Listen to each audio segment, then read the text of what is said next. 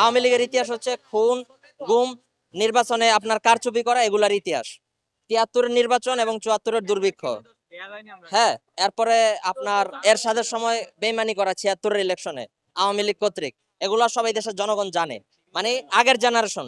এরপরে ১৪ সাল থেকে তো ধারাবাহিকভাবে আছে, আপনারা সবাই জানতেছেন। তো তারপরেও যারা এই মানে মানে নিকৃষ্ট স্বৈরাচার আওয়ামী লীগ, হাসিনা, যারা এগুলা বলে বেড়ায় যে আমরা ফেব্রুয়ারিতে পুনর্বর্তনের জন্য এই কর্মসূচি দিছি, এগুলো আপামার জনগণ, যাদের ভিতর মানবিক মনুষ্যত্বের এক ফোঁটা রক্ত আছে, আমি কোনো দল টল কিছু বলবো না, যাদের ভিতর মানবিক রক্ত আছে তারা এদেরকে অবশ্যই ঠেকাবে।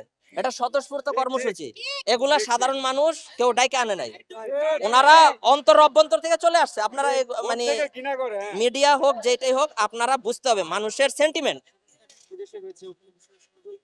ষড়যন্ত্র তো চলমান থাকবে ফ্যাসিস্টদের, এটা তো নতুন কিছু না, কিন্তু আমরা ওদেরকে ঠেকাই দিব। এটা তো আপনার ওরা ওই ৮১ সাল থেকে করে আসতেছে, এবং স্বাধীনতার পর থেকে শেখ মুজিব বাংলাদেশের সর্বকালের সর্বনিকৃষ্ট ব্যক্তি হচ্ছে মুজিব। হ্যাঁ, এবং ওর মেয়ে হাসিনা, আমরা বুঝে ফেলেছি যে এই দল এই দেশে কথা বলারই আর কোনো মানে আপনার যোগ্যতা রাখে না, আর আপনি আসছেন কর্মসূচি দিতে। এখন যে যত কথাই বলুক, এই নামে না, শুধু এই ধরনের আইডিওলজিতে এই দেশে থাকা যাবে না, শেষ কথা। মানুষের এত মানুষ আমাকে বলতে দেন, মানুষ এখন পর্যন্ত হাসপাতালে কাতরাইতেছে, আর আপনারা আসছেন এই কর্মসূচি নিয়ে। আপনাদের ভিতর কি কোনো মানবিকতা নাই?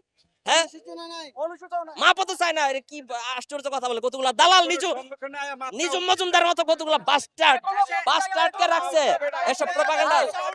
নিজুম মজুমদার আমারে হুমকি দিছে, ওই মোহাম্মদপুর থাকে, এই সমস্ত কতগুলা, ওরে আমরা কলেজ থেকে বয়কট করছি। এই সমস্ত কতগুলা বাস্টার্ডকে আপনারা মানে কেন হাইলাইট করেন? এগুলোর তো ব্যান করে দেওয়া উচিত। নিজুম মজুমদার কিসের মুক্তিযোদ্ধা? এগুলো সব জারজ।